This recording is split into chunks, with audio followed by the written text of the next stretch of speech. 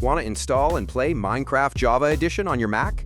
Here's the full step-by-step guide. No shortcuts, no scams.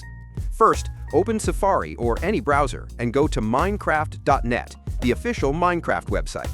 Once there, click on the Games tab and select Buy Minecraft. You'll see that your purchase includes both Java and Bedrock Edition for one price, usually around $30. Don't worry if it says for PC, it works on Mac too. Now sign in with your Microsoft account. If you don't have one, you can quickly create it during checkout.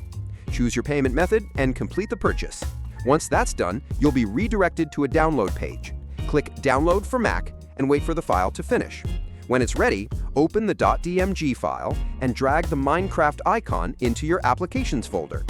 Now, go to Launchpad, search for Minecraft, and open it.